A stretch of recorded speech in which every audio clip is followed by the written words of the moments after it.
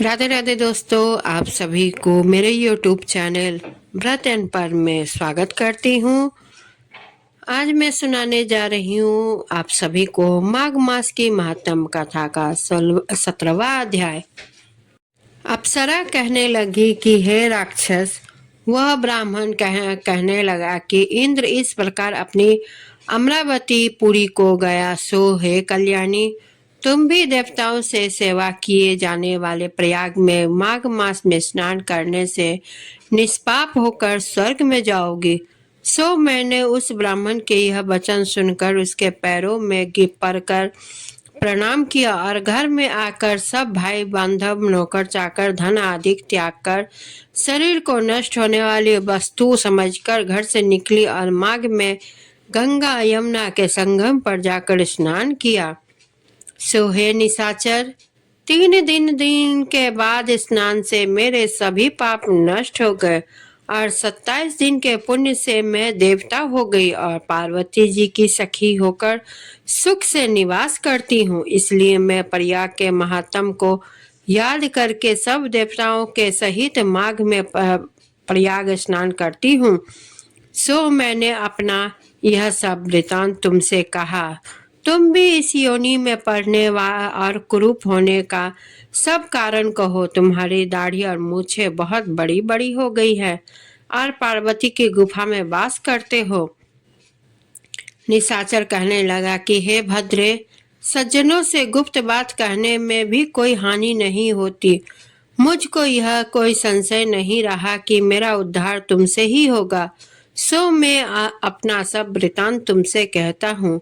मैं काशी में वेदों का ज्ञाता था और बड़े उच्च कुल के ब्राह्मण के घर में जन्म लिया था। मैंने राजा, पापी, शूद्र तथा वैश्यों से अनेक प्रकार के दान लिए। मैंने दान लेने में चांडाल को भी नहीं छोड़ा। इस जन्म में मैंने कोई धर्म नहीं किया, वहीं पर ही मृत्यु को प्राप्त हो गया। तीर्थ स्थान पर मरने के कारण नरक में नहीं गया। पहले 2 बार गिद्ध योनि में, 3 बार व्याघ्र योनि में, 2 बार सर्प योनि में, 1 बार उल्लू योनि में और अब 10वीं बार राक्षस हुआ हूँ और सैकड़ों वर्षों से इसी योनि में हूँ।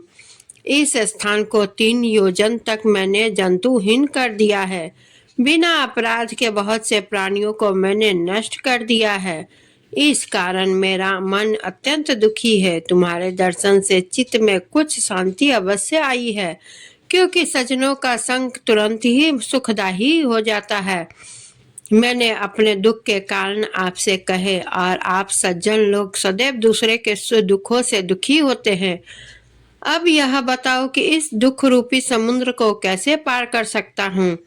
क्या क्षीर सागर हंस को ही दूध देता है, बगुले को नहीं देता? दत्तात्रेय जी कहने लगे कि इस प्रकार उसके वचन सुनकर कांचन मालिन कहने लगी, हे राक्षस, मैं अवश्य तुम्हारा कल्याण करूंगी। मैंने दृढ़ प्रतिज्ञा की है कि तुम्हारी मुक्ति के लिए प्रयत्न करूंगी। मैंने बहुत बार प्रयाग में स्नान किया है। वेद जानने वाली ऋषियों में दुखी को दान देने की प्रशंसा की है। समुद्र में जल बरसने से क्या लाभ? प्रयाग में स्नान करने का 1 बार का फल मैं तुझे देती हूँ, उसी से तुमको स्वर्ग की प्राप्ति होगी। उसके फल का अनुभव मैं कर चुकी हूँ।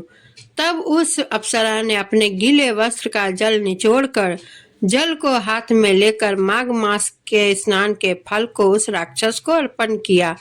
उसी समय पुण्य प्राप्त कर राक्षसी शरीर को छोड़कर तेजमय सूर्य के सदृश देवता रूप हो गया।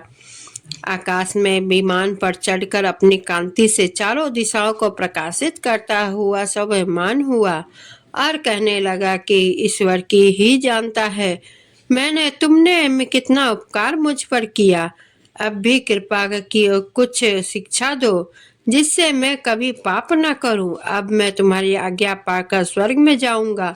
तब कांचन मालिन कहने लगी कि सदैव धर्म की सेवा करूं, काम रूपी शत्रु को जीतो, दूसरे के गुण तथा दोषों का वर्णन मत करो, शिव और वासुदेव का पूजन करो, इस देह का मोह मत करो, पत्नी, पुत्र, धन आदि की ममता त्यागो, सत्य बोलो, वैराग्य भाव धारण कर योगी बनो, मैंने तुमसे यह धर्म के लक्षण कहे।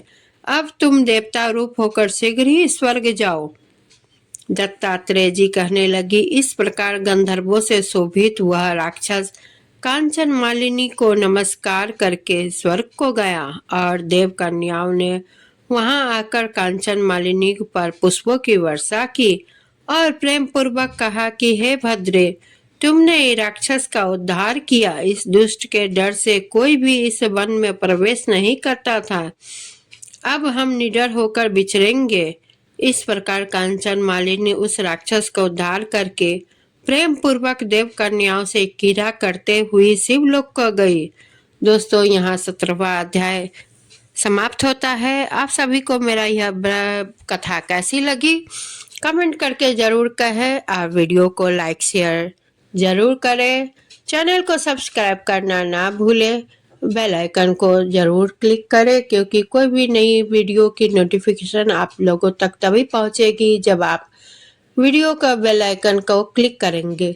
और इसी के साथ मैं आप लोगों से विदा लेती हूँ। धन्यवाद।